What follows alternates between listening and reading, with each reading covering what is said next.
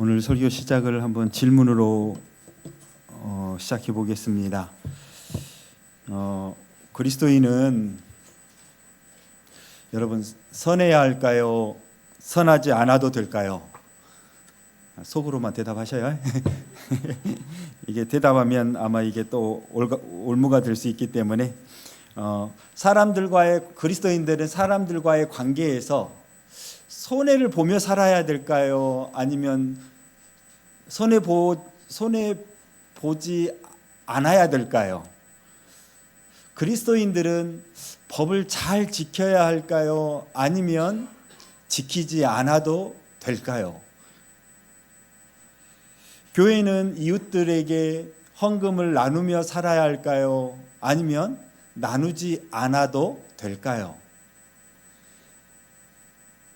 제가 이렇게 늘 질문을 하면 우리 교우님들은 한번 생각을 하게 될 겁니다. 목사님이 또 뭔 말을 뭐 이상한 말을 또 하려고 한갑다 하면서 아마 대충 눈치는 채셨을 거예요. 왜 이런 질문을 하는지.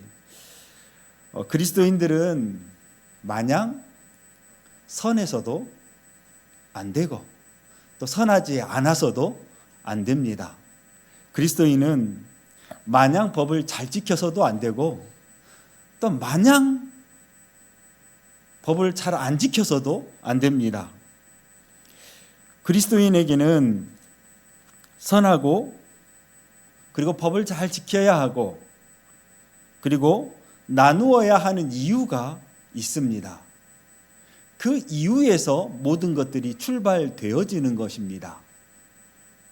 그 이유에서 벗어난 선행과 나눔과 그리고 우리에게 주어진 그 수많은 법들, 그 법을 지키는 것은 잘못하면 그리스도인의 삶에서 가끔은 벗어나게 할 수도 있습니다.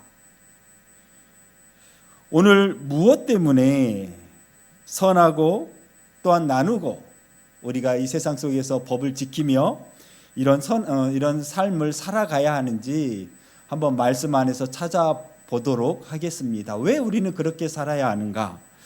오늘 말씀은 베드로가 로마 군인 백부장, 백부장은 쉽게 말하면 일종의 계급입니다. 백부장 고넬료에게 찾아가 복음을 설교한 내용입니다. 고넬료는 이스라엘 지중해 부근의 가이사라라는 곳에서 로마 군대 백부장으로 있었습니다. 그러니까 지금 로마 군대 백부장인데 어디에 있어요? 유대 땅에 있습니다. 유대 땅을 관할하고 있는 거죠. 고넬료가 말 그대로 백부장, 100명의 군인을 이끌고 있는 장입니다. 2개 대대급 정도 되겠죠. 2개 대대급 정도 될 건데, 군인이란 여러분 어떤 사람이 군인이냐? 나라에 충성하는 사람이 군인입니다. 목숨을 걸고 나라를 위해서 충성하는 자들이 군인입니다. 고넬료는 로마에 자신의 목숨을 걸고 충성하는 군인이었습니다. 또한 그 로마 군인에게는 황제가 하나님이었습니다.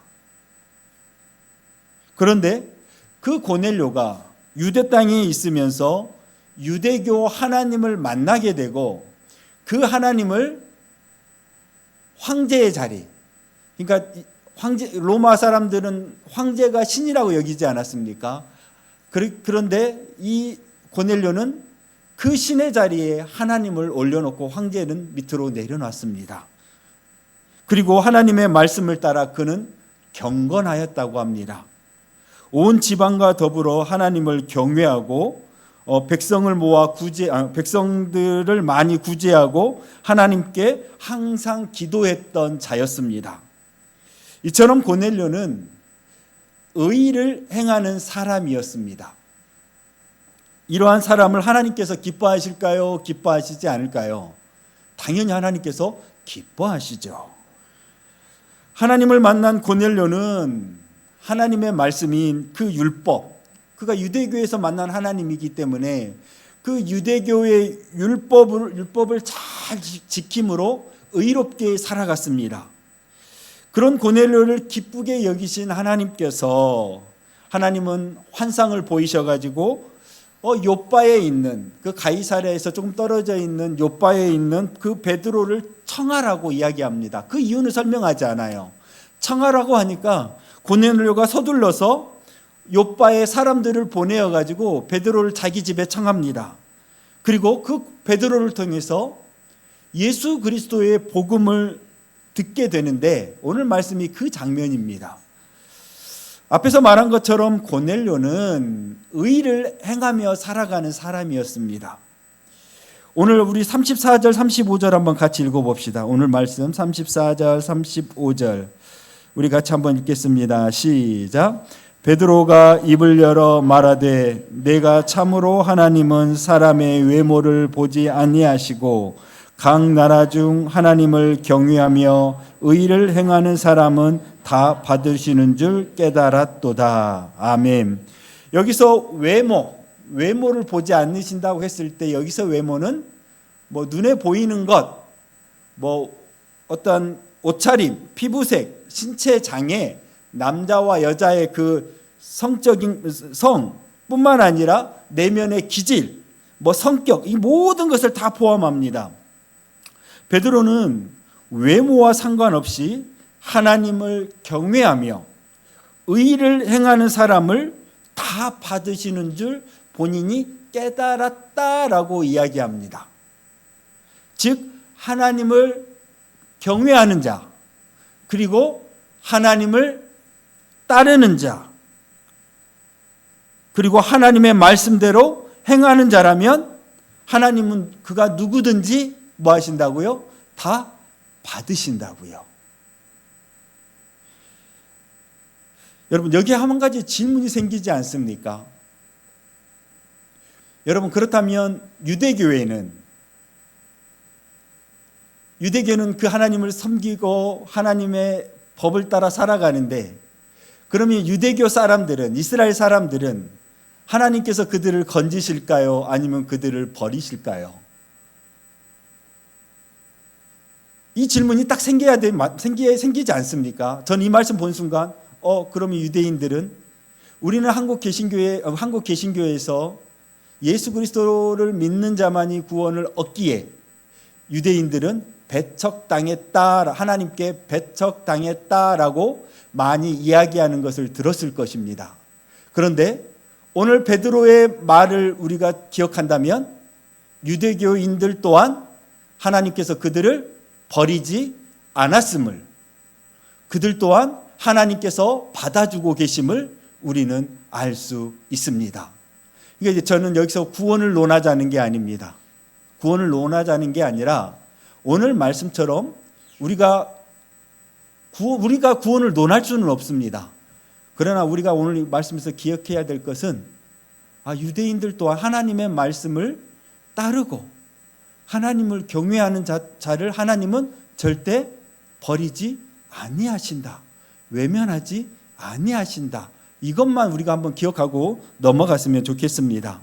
고넬료가 의를 행하는 자였다고 하는데 그렇다면 하나님이 말씀하시는 그 의를 행했다 했을 때 그 의가 무엇인가? 우리가 이것을 알기 위해서는 신명기로 좀 넘어가야 합니다. 신명기 10장 한번 찾아봅시다. 신명기 10장 구약성경 신명기 10장 12절과 13절 말씀 우리가 한번 찾아서 읽도록 하겠습니다. 다섯 번째 책인가요? 창세기, 출애굽기, 레위기, 민수기, 신명기 다섯 번째 책 신명기 10장 12절과 13절.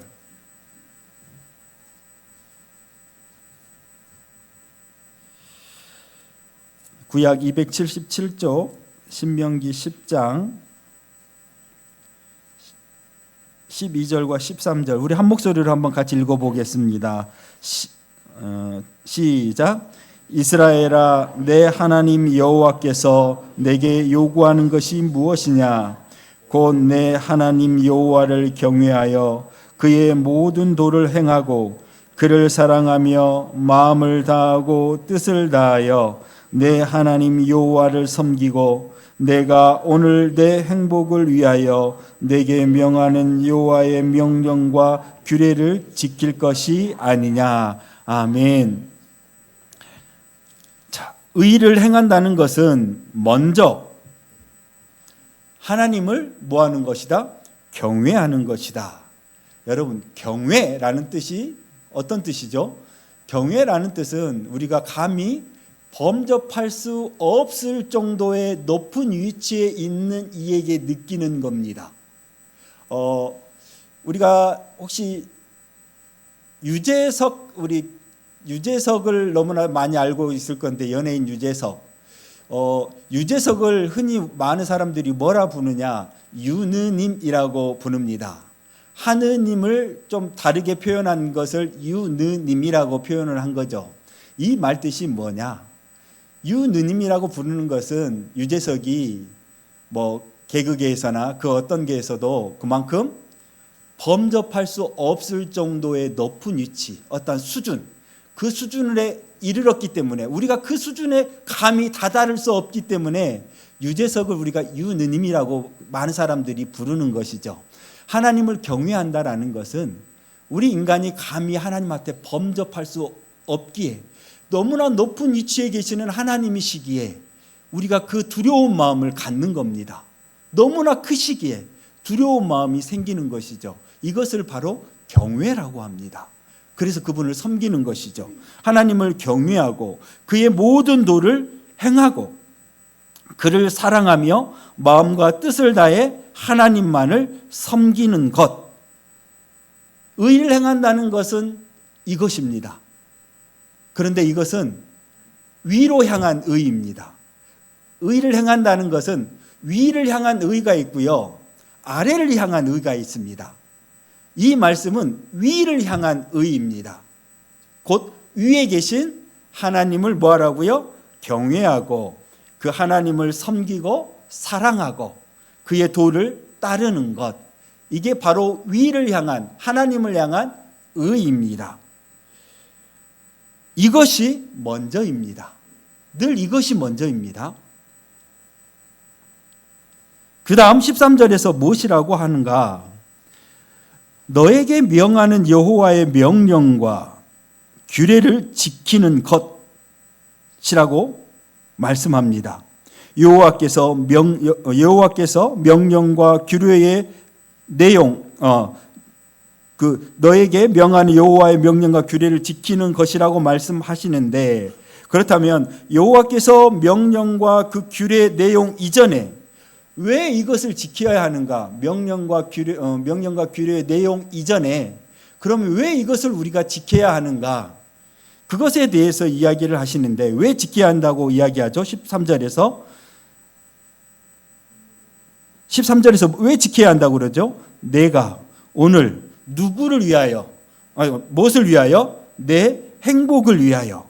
우리가 율법을 지켜야 하는 이유, 말씀을 지켜야 하는 이유가 누구를 위한 것이다?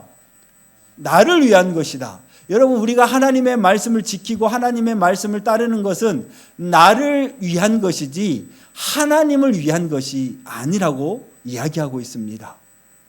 우리는 하나님을 위해 살아간다라고 생각하는데, 아니, 그게 아니라는 거예요. 여러분, 여러분의 자녀가 여러분을 위하여 살아가는 게 좋습니까? 아니면 자기 자신을 위해 살아가는 게 좋습니까? 당연히 부모는 자기 자식이 행복하게 살아가기를 원하고 있습니다. 그렇죠? 우리 부모가 자식들에게 훈계하는 이유는, 자식들에게 수많은 것을 권면하는 이유는 내 자식이 뭐했으면 좋겠어? 행복했으면 좋겠어.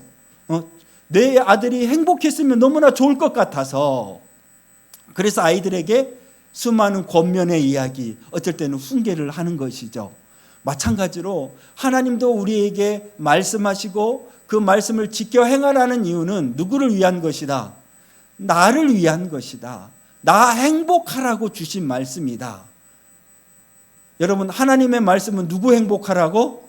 나 행복하라고 주신 말씀입니다. 그러기에 여러분, 하나님의 말씀 가지고 나를 올가매어야 돼요? 매지 말아야 돼요? 그것 가지고 나를 올가매지 마십시오. 하나님 말씀 가지고 자꾸 자신을 자책하지 마십시오. 나 행복하라고 주신 말씀입니다. 그런데 여러분 주의를 지키지 않으면 여러분 불편해요, 불편하지 않아요? 불편하죠. 내가 누구를 미워해도 마음이 불편합니까? 불편하지 않습니까? 불편합니다. 믿음이 자라지 않으면 마음이 불편합니까? 불편하지 않습니까? 불편합니다. 왜 불편함을 느낄까요? 왜 불편함을 느낄까요? 자꾸 말씀에 자신을 비추는 건 좋은데 그 말씀을 가지고 자기를 자책하기 때문에 불편한 것입니다. 근데 불편한 게 맞아요. 그 불편해야 되는 게 맞습니다. 근데 그 말씀 가지고 자꾸 자신을 자책은 하지 마십시오. 내가 왜 이렇게 못하지? 왜 내 삶은 이것밖에 안 되지? 왜 내 믿음은 이것밖에 안 되지? 왜 나는 하나님의 말씀을 이렇게 다 못 살지? 라고 자책하지 마십시오. 아니 오히려 하나님은 뭐라 그러시냐? 아니야. 나는 네가 행복했으면 좋겠어. 나는 네가 행복했으면 좋겠어. 그런데 너희들이 그 행복의 비결을 찾았으면 좋겠는데 너희들이 그 행복의 비결을 잘 모르고 있는 것 같아. 그래서 그 행복의 비결을 내가 성경을 통해서 너희에게 가르쳐 주는 거야. 너희들이 정말 행복하고 싶니? 너희들이 정말 이 세상 속에서 행복하게 살고 싶니? 그렇다면 한번 성경대로, 나의 말대로, 하나님의 말씀대로 한번 살아봐. 그러면 너희들 진정 행복할 것이야. 이 말씀입니다. 근데 우리는 자꾸 이 말씀 가지고 뭐예요? 자책해요. 자꾸 말씀 가지고 나를 때려요. 아니요. 말씀은 나를 때리라고 주신 게 아니라 말씀은 나로 행복하게 살라고 주신 것입니다. 여러분, 신앙생활하면서 뭐 하셔야 돼요? 행복하셔야 돼요. 행복하셔야 됩니다. 오늘 좀 빨리 끝내야 되는데 제가 지난주 중에 가톨릭 신부님 중에 아주 재밌는 신부님 한 분 계셔요. 가끔가다 이렇게 제가 그 신부님 영상을 잠깐 보는데 신부님이 이런 이야기를 합니다. 여러분, 개신교와 우리의 차이가 뭔지 아십니까? 딱 물어봐요. 개신교는 감사와 기쁨이 있고 즐거움이 있고 웃음이 있습니다. 그런데 우리 천주교에는 날마다 근심이 있고 염려가 있습니다. 그래서 개신교 사람들은 즐겁고 기뻐서 날마다 다 이 사람 저 사람 만나면 교회 오라고 이야기합니다. 근데 가톨릭은 교회 성당 나오면 날마다 근심하고 고민하고 있어서 교회 나오라는 말을 안 합니다. 무엇이 맞습니까? 라고 물어봐요. 근데 무엇이 맞고 틀림을 이야기하는 게 아니고 그 신부님은 개신교는 구원과 기쁨과 즐거움을 이야기한다는 거예요. 근데 가톨릭은 십자가의 고난에 동참하자고 이야기한다는 거예요. 그러다 보니까 자꾸 근심하고 염려하고 뭔가 이렇게 고난 속에 참여해야 한다니까 사람들이 예배의 분위기가 늘 우울하다 보니까 서로 교회 나오라고 성당 나오라고 전도하지 못한다는 것이죠. 여러분, 우리에게는 그리스도인들에게는 구원의 즐거움과 기쁨이 있어야 합니다. 하나님의 말씀에 대한 말씀을 통해서 우리는 행복함이 있어야 합니다. 아니, 경험하시길 바랍니다. 말씀대로 살아가는 게 여러분 얼마나 행복한 것인지 이건 경험하는 자들이 아는 것입니다. 경험으로밖에 체험할 수밖에 없습니다. 그러니 여러분 한번 도전 한번 해보십시오. 정말 말씀대로 사는 게 내가 손해보는 삶인지 아니면 진정 행복한 삶인지 한번 도전 한번 해보면 참 좋을 것 같습니다. 그리고 아까 제가 뭐라고 이야기했죠? 의가 위로 향한 의가 있다면 또한 아래로 향한 의도 있다는 것입니다. 우리 한번 그대로 신명기 덮으셨나요? 신명기 10장 그대로 17절에서부터 19절. 신명기 10장 17절에서부터 19절.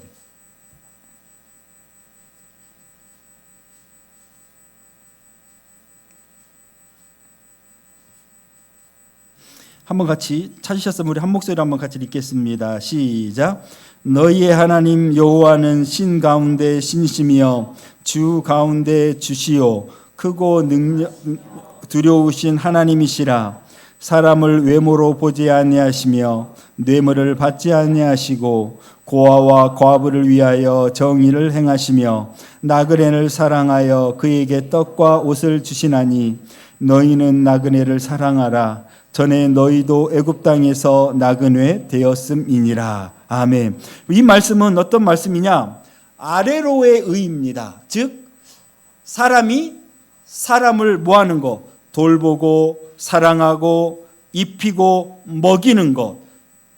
그것이 바로 하나님께서 우리에게 요구하시는 아레로의 의입니다. 여러분, 이러한 행위는 선합니까? 선하지 않습니까? 당연히 선합니다. 고아를 돌보고 과부를 돌보고 나그네를 돕고 입히고 먹이는 것, 여러분 지극히 선한 행동입니다. 선한 행위는 하나님 보시기에 의롭습니다. 그러나 선하다고 다 의로운 것은 아닙니다. 오늘 말씀에서 왜 그렇게 행하라고 가르치는가? 우리 19절이었나요? 마지막 절에 너희는 나그네를 사랑하라. 전에 너희도 애굽 땅에서 뭐 되었다고요? 나그네 되었습니다. 전에 너희도 애굽 땅에서 나그네 되었기 때문에 그들을 사랑하라라고 가르치는 겁니다. 이 말씀은 단순히 이스라엘이 과거 나그네의 삶을 살았기 때문에 동병상련의 마음으로 그들을 대하라는 뜻이 아닙니다. 이 뜻은 너희가 과거 나그네 되었을 때에 내가 너희를 사랑하여 돌보고 너희를 해방시키지 않았니? 내 사랑을 너희들이 입은 자로서 내 사랑을 너희들이 베풀고 그렇게 나의 은혜와 영광을 나그네들에게 나타내어라 라고 이야기합니다. 즉 그리스도인은 단순한 윤리와 도덕적인 그 착한 삶이 아닌 이 세상이 말하는 윤리적, 도덕적 그런 착한 삶이 아닌 하나님께 받은 은혜와 사랑에서 출발한 그 사랑과 은혜를 내 이웃들과 나누라고 말씀하고 있습니다. 그러기에 행위가 선하고 의로운 삶이 된다고, 그러기에 그러한 행위가 선하고 의로운 삶이 된다고 오늘 말씀은 우리에게 가르치고 있는 것이죠. 결국 우리 하나님께서 우리에게 요구하시는 선행은 우리가 이 세상에서 흔히 말하는 윤리적 도덕적 선함이 아니라 하나님의 사랑과 하나님의 은혜로부터 우리가 받은 그 선함을 내가 내 이웃들에게 베푸는 것. 그 선함이 누구로부터 나온 거예요? 하나님에게로부터 나온 선함을 내 이웃들과 나눌 때 그게 진정한 선함이 된다라고, 하나님이 원하시는 의가 된다라고 이야기하고 있습니다. 즉 도덕은, 도덕적 선함은 누구로부터 출발하냐? 도덕적 선함은 나로부터 출발합니다. 내가 누구를 도왔고 내가 누구를 도와주었고 내가 이 사람 불쌍해서 도와준 것이지만, 그러나 그리스도인의 선함은 나로부터 출발하는 게 아니라 하나님으로부터 출발하는 겁니다. 무엇이 세상을 바꾸는가? 여러분, 도덕적 선함이 세상 속에 그렇게 많이 있어도 세상을 못 바꿔왔습니다. 그러나 이 세상을 바꾸는 진정한 선함은 바로 하나님으로부터 출발한 선함만이 이 세상을 새롭게 바꾸어 갈 수 있습니다. 즉 우리의 선함은 누구로부터 출발해야 한다? 하나님으로부터 나오는 선함이어야 한다. 내가 받은 은혜와 사랑을 내 이웃들에게 나누는 선함일 때에 비로소 이 세상은 아름답게 변화되어져 간다는 것을 우리가 명심하였으면 좋겠습니다. 그래서 여러분, 마냥 세상 속에서 착하게 살 필요 없다라는 겁니다. 그냥 도덕적으로 막 착하게 살려고 할 필요 없다라는 거예요. 법을 무조건 지킬 필요가 없다는 거예요. 이 법이, 만약에 세상의 법이 하나님의 말씀과 반하는 내용이 있다면 우리 교회는 언제든지 세상을 향해서 소리를 내야 하고, 세상은 이것이 선하다고 이야기하는데 그게 진정 하나님의 뜻과 어긋난다면 교회는 그것이 틀리다라고 이야기할 수 있어야 합니다. 교회는 모든 선함의 기준, 도덕적 기준, 모든 기준은 바로 하나님의 말씀으로 결정되어지는 곳이 교회입니다. 그러기에 교회는 세상의 윤리가 들어서도 안 되고, 세상의 어떤 주의, 실용주의, 무슨 주의가 교회 안에서 들어와서는 안 됩니다. 교회의 절대 기준은 언제나 하나님의 말씀이 되어야 되고 성경이 되어야 합니다. 네, 여러분 이거 꼭 기억해 주십시오. 세상의 법을 가지고 교회 안에 들어오지 마시고 세상의 잣대로 교회를 재지 마십시오. 우리는 반대입니다. 하나님의 말씀의 잣대로 이 세상을 재는 겁니다. 하나님께서 이 세상을 심판하실 때도 하나님의 말씀의 잣대로 심판하시는 것이지, 세상의 잣대로 교회가 심판받아서도 안 되는 것이고, 그것들이 우리 안에 들어와서도 안 될 것입니다. 오늘 고넬료가 바로 위로의 의, 위로 향하는 의, 하나님을 향한 의, 그리고 사람을 향한 의를 온전히 지킨 사람이 바로 고넬료였습니다. 그 고넬료를 하나님께서는 귀하게 여기셔서 구원하시기로 작정하시고 베드로를 통해 복음을 전해 주십니다. 오늘 설교에서 복음 내용까지 설교하면 너무나 길어지니까 그건 다 생략하고 정리하면 이겁니다. 예수님은 만민의 주가 되시며 십자가에 죽으셨고 부활하셨다. 이 내용 딱 정리한 겁니다. 그런데 오늘 좀 주의해서 보아야 할 말씀이 한 구절이 있습니다. 한번 41절, 사도행전 10장 41절. 41절 한번 같이 읽어보겠습니다. 41절 같이 읽겠습니다. 시작. 모든 백성에게 하신 것이 아니요 오직 미리 택하신 증인 곧 죽은 자 가운데서 부활하신 후 그를 모시고 음식을 먹은 우리에게 하신 것이라. 아멘. 여러분, 부활의 모습을 모든 이에게 보이지 않고 믿는 자들에게만 나타내셨다라고 이야기합니다. 구원의 완성인 부활의 모습을 누구에게 나타내셨다고요? 예수님을 믿는 제자들에게만 나타내셨다라고 이야기합니다. 이것을 유독 강조하고 있는 것 같습니다. 만민의 주님이시지만 누구에게 나타내셨다고요? 믿는 자에게 나타내셨습니다. 부활하신 주님께서. 예수 그리스도를 믿는 자만이 구원의 완성에 들어갈 수 있다라는 의미이기도 합니다.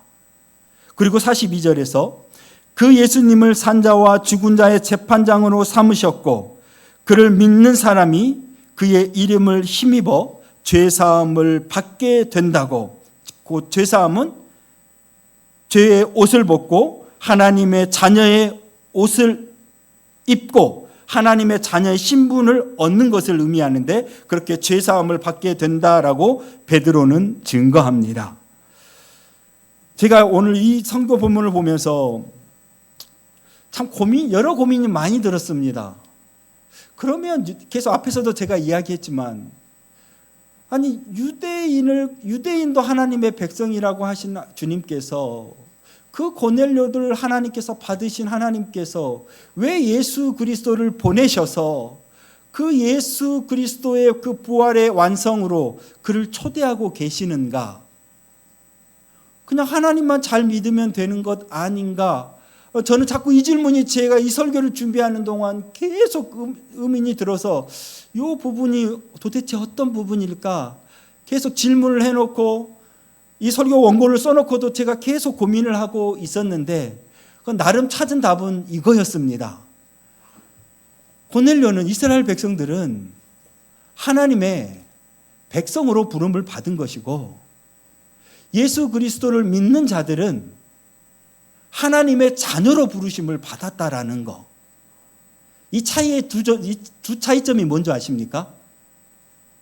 백성은 왕의 유업을 이어받지 못합니다.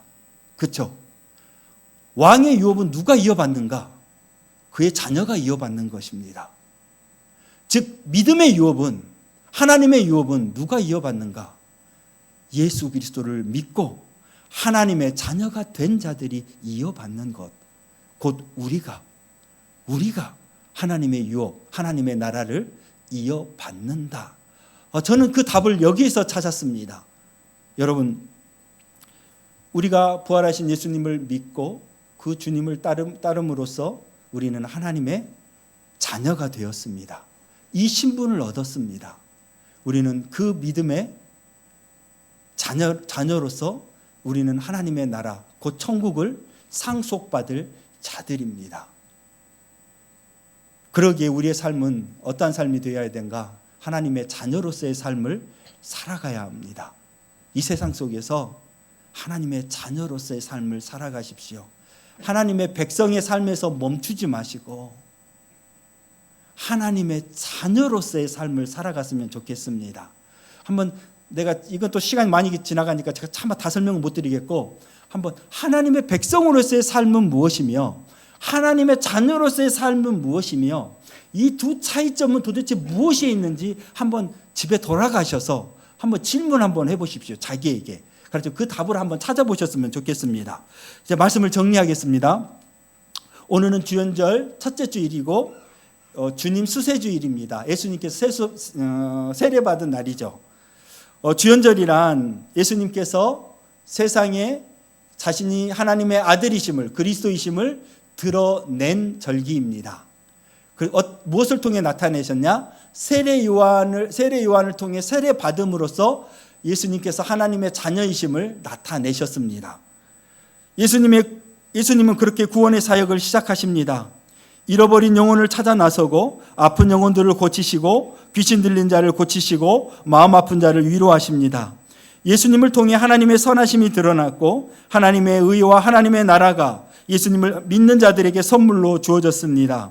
하나님의 의를 이루기 위해서 십자가에 못 박혀 죽으셨고 부활하셨습니다. 그렇게 예수님의 이름이 모든 사람들에게 구원이 되었습니다. 고넬료는 의를 행하는 사람이었고 하나님의 백성이 된 것은 맞습니다. 하나님은 율법을 통해 의롭고 선하게 살아가는 그 고넬료를 하나님의 자녀로 부르시기 위해 베드로를 통해 예수의 이름을 듣게 하고 그 복음을 통해 구원을 얻게 하십니다. 우리는 이 세상에서 의를 행하며 살아가야 합니다. 하나님을 경외하며 하나님의 모든 뜻을 행하고 사랑하며 살아가야 합니다.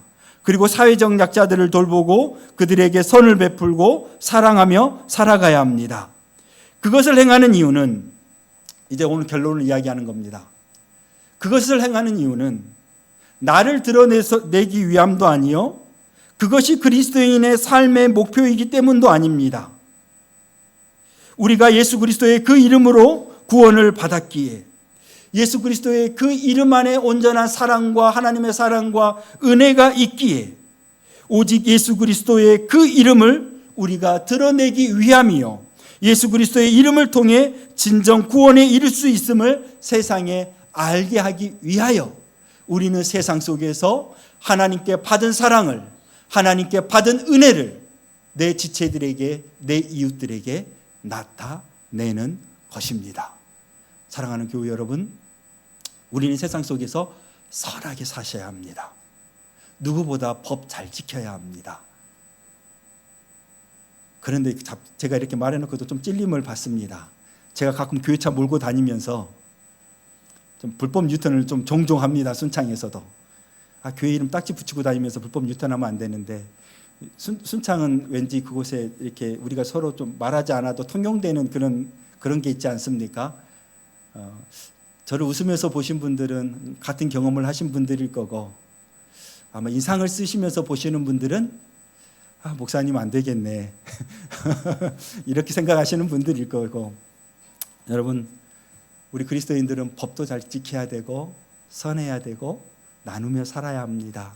그렇게 살아야 하는 이유는 나를 드러내기 위함도 아니요 나의 의로움을 드러내기 위함도 아니요 우리가 예수 그리스도의 그 이름으로 구원을 받았기에 그 구원의 은혜가 너무나 크기에 그 구원의 은혜와 사랑을 나누기 위해 그 예수 그리스도의 이름이 온전한 참 구원의 이름이기에 우리는 이 세상 속에서 선하고 착하게 그리고 정직하게 의롭게 살아가야 합니다. 그렇게 우리 교우님들의 그런 선한 삶을 통해서 예수 그리스도의 이름이 온 세상에 아름답게 멀리 전파되어지는 역사가 있길 주님의 이름으로 축복드리겠습니다. 같이 기도하겠습니다. 아버지 하나님, 우리가 예수 그리스도의 이름을 힘입어 주님의 자녀가 되었습니다.